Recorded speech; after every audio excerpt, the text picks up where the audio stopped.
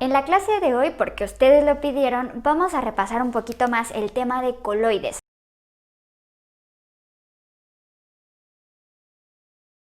En la clase número 2 nosotros revisamos 3 formas en las cuales podíamos clasificar a las mezclas. La segunda forma se basaba en el tamaño de partícula del soluto, que recordemos que el soluto es la sustancia pura que se encuentra en menor cantidad. Si el tamaño de partícula es muy pequeñito, por ejemplo, del tamaño de átomos o moléculas muy pequeñas, pues básicamente no vamos a percibir a simple vista el soluto, ¿no? De ninguna forma, pareciera que desaparece en el disolvente y en ese tipo de mezcla le nombramos disolución. Cuando el tamaño de partícula es bien grandote, y eso quiere decir que pues seguramente el soluto no se lleva bien con el disolvente y por lo tanto no se combinan a la perfección como lo que ocurre en una disolución, en ese caso le llamamos suspensión, y aquí lo que ocurre es que como no se lleva bien el soluto con el disolvente, pues ¿qué va a pasar?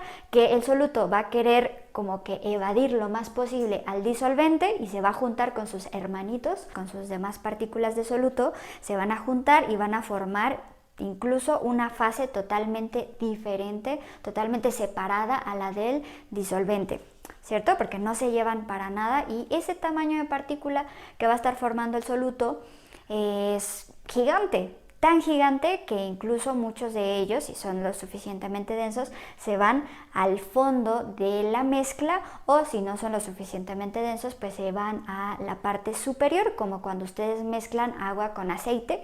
En ese caso es menos denso y se separa en la parte de arriba, pero lo importante aquí es ver que el tamaño de partícula del soluto es bien grandote, ¿vale? Pero resulta que hay un punto intermedio muy interesante que ya habíamos nombrado, que son los famosos coloides.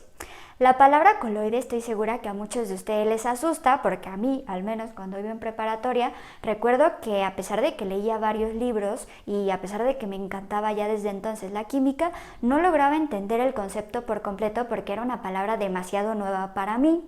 Así es que lo que quiero con este video es que ustedes, número uno, le pierdan el miedo, porque a pesar de que parece ser difícil, no lo es para nada, es un concepto muy sencillo, ya lo verán ahorita.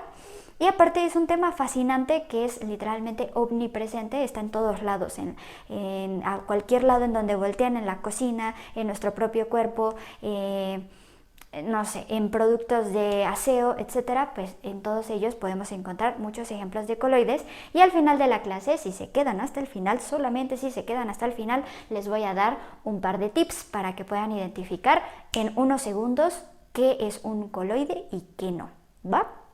Empecemos entonces con la parte más teórica. Ya dijimos que si el tamaño de partícula es tan pequeño como un átomo o una molécula muy pequeña, vamos a formar una disolución, sí, solo sí, que dijimos que el soluto se lleva bien con el disolvente, ¿no? Y se mezclan a la perfección. Cuando el tamaño de partícula del soluto es gigantesco y aparte no se lleva para nada con el disolvente, pues se va a separar en una fase totalmente distinta a este, y ya dijimos que el tamaño de partícula es gigante, ¿verdad? Ok, bueno, lo quería repetir porque no quiero que se les olvide. Ahora, en el punto intermedio tenemos a los coloides, el cual pues obviamente el tamaño de partícula del soluto o de la partícula coloidal no es tan chiquito como un átomo, un ion o una molécula muy pequeñita, ni tan gigante como las partículas que conforman las suspensiones, bueno, la parte del soluto de la suspensión, sino que en el caso de los coloides lo que tenemos es un tamaño intermedio, que sí, que en algunos casos puede estar formada esa partícula coloidal por una molécula gigantesca, como la hemoglobina, como muchas, por ejemplo, enzimas que tenemos en nuestro cuerpo, o incluso hasta los anticuerpos pueden llegar a ser ejemplos literalmente de coloides. ¿Por qué? Porque tienen un tamaño de partícula intermedio. Sin embargo, en el caso de los coloides, el soluto no solamente va a estar formado por moléculas gigantescas que lleguen a tener un tamaño intermedio que les permita estar suspendidas en el disolvente, sino que también pueden estar formadas las partículas coloidales de un conjunto de moléculas más chiquitas, tal vez, que al estar interactuando entre ellas pueden formar justamente un tamaño intermedio, un tamaño coloidal. Y también estar suspendidas en el disolvente. Ahora, ¿cómo pueden ustedes identificar fácilmente si se trata de un coloide o no? Muy sencillo. Número 1, la turbidez que tenga la mezcla. Por ejemplo, si ustedes disuelven sal en agua, pues básicamente ustedes no van a ver ningún tipo de turbidez. Y si ustedes pasan, por ejemplo, un haz de luz a través de ella, pues no van a ver para nada ahí dispersión de la luz, ¿no? O sea, la luz va a pasar como si aquí no hubiera absolutamente nada. Y si ustedes lo enfocan, aquí no se va a ver mucho porque el pizarrón es blanco, pero si ustedes lo enfocan hacia una pared o algo así y apagan la luz, lo que van a ver es que el rayo pasa absolutamente sin sufrir ninguna modificación. Pero, ¿qué pasa cuando ustedes hacen lo mismo con un coloide?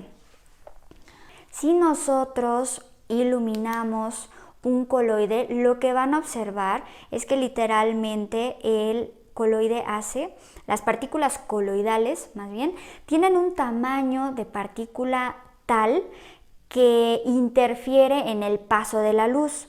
Imagínense que aquí tenemos algo tan pequeño como un átomo y la onda de la luz es tan gigante como el alto de un edificio de 5 pisos, por decir algo. ¿En qué momento creen que vaya a interferir o que vaya a interactuar esa onda gigantesca con este átomo? Pues va a ser muy difícil, ¿verdad? Pero ¿qué pasa si de pronto este tamaño de partícula del soluto no es del tamaño de un átomo, de una molécula pequeña, sino ya es del tamaño coloidal, es decir, de un tamaño intermedio, que este tamaño intermedio sí puede interactuar con la onda que conforma la luz. Entonces en ese momento veamos la onda un poquito más chiquita, porque no puedo hacer una onda del tamaño de un edificio de 5 metros, pero imagínense, vamos a pasarlo a una escala más chiquita. Este es el soluto de tamaño coloidal y esta es la onda que va a estar pasando a través de la solución que contiene este soluto. Si tienen un tamaño parecido, en algún momento va a pegar y va a rebotar hacia otro lado, ¿no? Es decir, la va a dispersar en algún momento, ¿no? No va a ser que pase por un camino recto, sino que de pronto va a pegar con un soluto coloidal y va a rebotar para un lado y luego acá va a haber otro soluto y va a haber otra onda, va a pegar y va a rebotar a otro lado y se va a encontrar a otro soluto y rebota y rebota y rebota y rebota. Y eso se ve reflejado de esta manera. Vean cómo dispersa la luz por completo, ¿no? Ahí se ve cómo rebota la luz de una partícula coloidal en otra, tanto que yo estoy enfocando la luz hacia el lado izquierdo y ustedes están viendo iluminada por completo esta mezcla que contiene partículas de tamaño coloidal. Esas partículas, como se darán cuenta, no están ni al fondo ni en la parte superior como en una suspensión, ni pasan desapercibidas como lo que veíamos en el vaso anterior, sino que aquí, ya vieron, están totalmente suspendidas alrededor de todo el disolvente. ¿Ya vieron? Este efecto que les acabo de enseñar aquí, este efecto en donde vemos que las partículas de tamaño coloidal son de tal magnitud que interactúan con la luz y la dispersan, es el famoso efecto Tyndall. Ya vieron que es muy sencillo el concepto, es básicamente el efecto Tyndall dice eso, que el tamaño que tiene el soluto que forman los coloides, ¿qué va a hacer? Va a interactuar con la luz y la va a dispersar por todos lados. Así de sencillo pueden ustedes identificar si se trata de un coloide o no. Hay otro tip que ese ya es muy personal y yo me lo inventé para poder ayudarlos a que puedan identificar mejor a los coloides, que no aplican todos los casos, pero en las cosas como más comunes en las cuales ustedes se pueden encontrar en su cocina, en su baño, etcétera, pues sí, ahí sí aplica. El concepto que me inventé, que ya les dije que no aplica para todos los casos, pero sí para la mayoría, es el concepto de el sólido falso. ¿Por qué es que inventé este concepto de el sólido falso para muchos ejemplos de coloides? Vamos a verlo. La mantequilla es un ejemplo muy claro de un coloide. Ahora analicemos su estado de agregación. ¿Ustedes qué dirían? ¿Que la mantequilla está en estado sólido o líquido? Pues como tiene una forma definida, ¿no? Y si yo la volteo no se cae, pues cualquiera diría que está en un estado sólido. Pero recordemos que por definición el estado sólido es muy difícil de deformar, ¿se acuerdan? Por ejemplo, el pizarrón está en estado sólido. Si yo le pego, ¿lo deformo? Para nada. Pero ¿qué pasa con un coloide o muchos de los coloides? Parece que tiene una forma definida y parece que es un sólido, pero si yo meto esta cuchara, lo deformé fácilmente, ¿cierto? Lo mismo va a pasar con, por ejemplo, la mayonesa. Imagínense que se van a comer un delicioso hot dog, de preferencia vegetariano, porque los embutidos son muy malos para la salud. Ahora imagínense que le van a echar una buena cantidad de mayonesa. ¿Ya se imaginaron el churrito de mayonesa? Ok, ¿tiene forma definida o se desparrama la mayonesa por todos lados como si fuera un líquido? Tiene forma definida, ¿verdad? Pareciera entonces ser un sólido, pero ¿qué pasa en el momento en que muerden ese hot dog? Logran deformar fácilmente esa mayonesa, ¿cierto? Entonces, ¿qué creen que sea la mayonesa? ¿Será un coloide? Exacto, sí es un coloide. ¿Por qué? Porque es un sólido falso. Ahora, obviamente esto ya les dije que no aplica para todos los casos. Por ejemplo, la neblina también es un ejemplo de coloide en donde el disolvente está en forma gaseosa, pero el soluto, que obviamente tiene un tamaño coloidal, es decir, un tamaño intermedio que le permite estar suspendido en el disolvente, este soluto es líquido y en específico pues son gotitas de agua, ya saben, del tamaño coloidal. Y pues obviamente ahí no puedo aplicar el concepto que me inventé de un sólido falso, porque pues para nada pensarían que eso es un sólido, ¿verdad? Ya les digo que no aplica para todos los casos, pero sí para la mayoría. Por ejemplo, el queso parece tener una forma definida y ser un sólido hecho y derecho, pero en el momento en que le pegamos, lo mordemos o hacemos cualquier modificación muy sencilla, o le damos un golpe o lo tratamos de alterar, lo podemos hacer de forma muy sencilla, ¿cierto? Por lo tanto es un sólido falso y se trata de un coloide. El gel con el que se peinan, ese gel, si hacen un churrito, también se puede quedar en esa forma, parece un sólido, pero como ya sabemos, como está en el intermedio entre sólido y líquido, le vamos a llamar sólido falso, que eso seguramente no lo van a encontrar en ningún libro porque literalmente me lo inventé y es un tip muy práctico para que a ustedes les permita poder identificar fácilmente cuando se trata de un coloide y cuando no.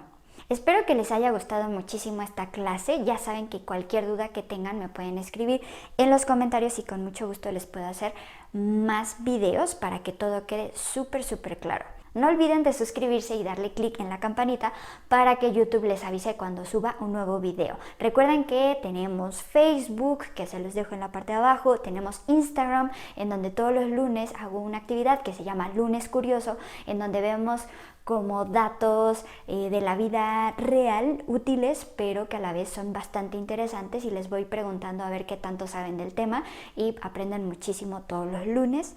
Cosas muy interesantes. Y finalmente recuerden también que ya tenemos cursos completos tanto de matemáticas como de química y muy próximamente también de biología. En el primer comentario les voy a dejar un link para que ustedes puedan acceder a un ebook totalmente gratis que creé, en donde van a poder aprender cómo calcular protones, electrones y neutrones de un átomo en unos minutos. Así es que espero que les sirva, se los dejo por ahí abajo y mediante ese camino van a poder encontrar muchísimas más sorpresas. Muchas gracias por verme y gracias por la paciencia siempre y nos vemos en el próximo video.